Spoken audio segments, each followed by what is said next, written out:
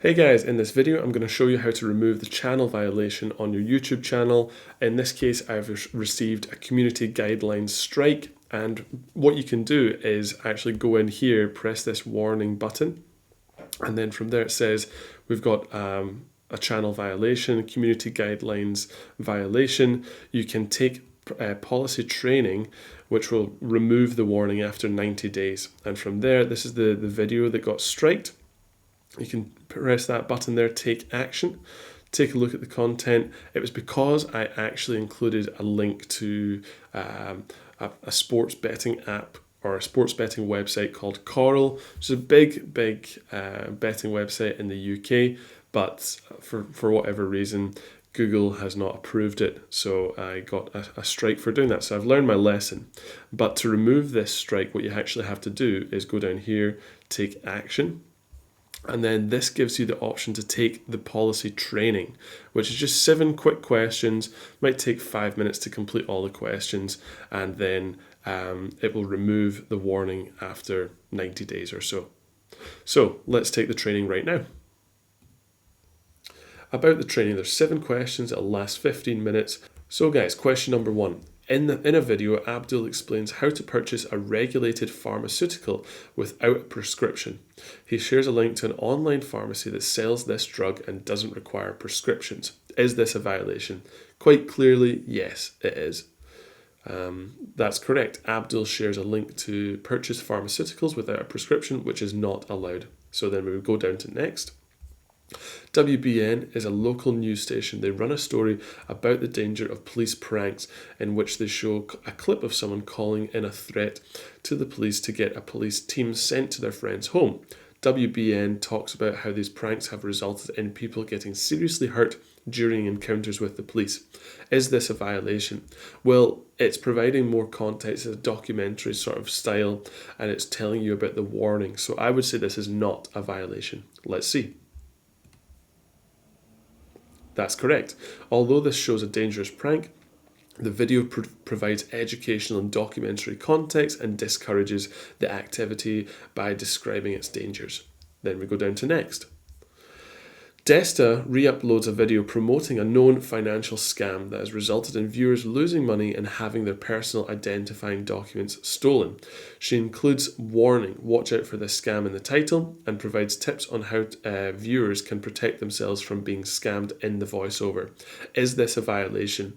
Well, I would say no, it actually isn't a violation, because she is showing, although she is showing the scam and giving that more promotion, but she's giving an educational context and showing you how to not get scammed by that site or that person. So I would say no. And it says that's correct. We allow content that provides viewers or advice or tips on how to play the stock market, as long as the content advises them of the inherent risks and lack of guarantee.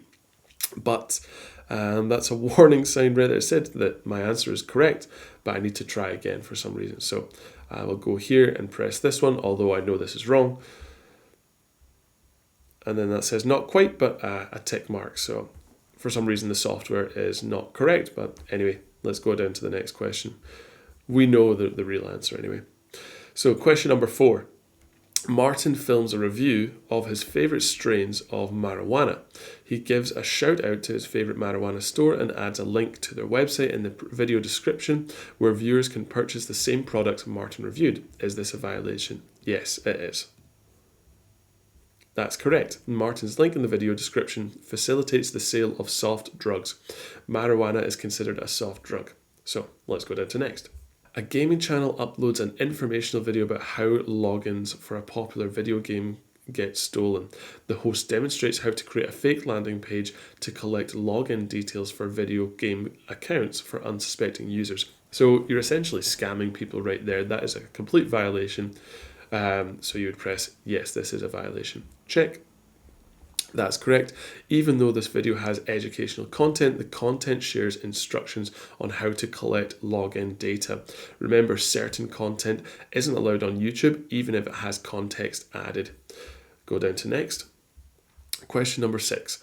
Ezekiel posts a documentary on the fentanyl crisis in a major city.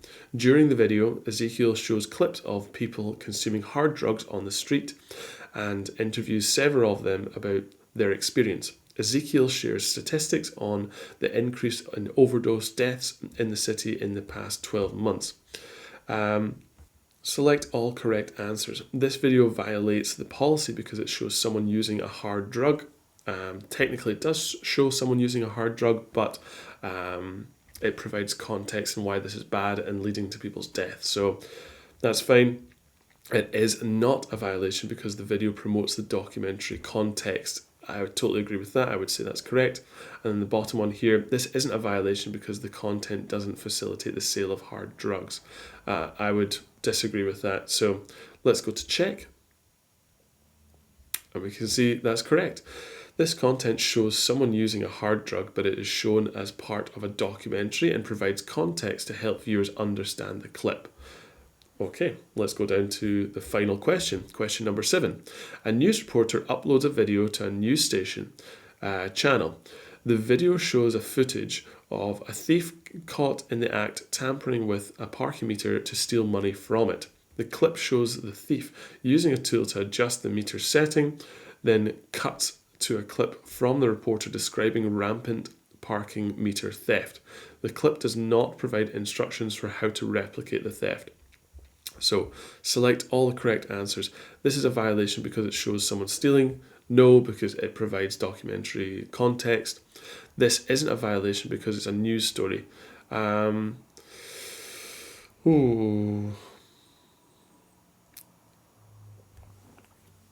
It isn't a violation because the video doesn't provide instructions for how to replicate the theft. I would agree with that one. This isn't a violation because tampering with a parking meter isn't a crime. That's completely wrong. I'm hesitant whether it's solely this one or this and this one right here. I'll check this first. That's right. Although it shows a clip of someone stealing, it doesn't provide instructions for how to replicate the theft. So we've answered all of the questions correctly. And there we go. Notification from YouTube saying nice work, you've completed the training. We appreciate you taking the time to keep YouTube safe, and check out their other community guidelines here. And then it says, what's next for this channel? Your warning will expire on February 26th, 2025. So essentially 90 days from today. If you violate the harmful or dangerous policy again before this warning expires, you'll get a strike. If you violate a different policy, you'll get another warning with the opportunity to take another training. So that's absolutely fine. I'll close the training right there and close out of here. Are you sure you want to leave? We'd love to get your input. I will just leave right there. So guys, that is how to remove your channel violation. If you get a community guideline strike on your YouTube channel, go in, take the policy training. If you can't appeal, if you're just going to lose, then take the policy training and the warning will go away in 90 days from the day after you complete the training. Well, guys, this has been another video for the My Tech Mastery YouTube channel. If it's been helpful, please like the video and subscribe. Thanks.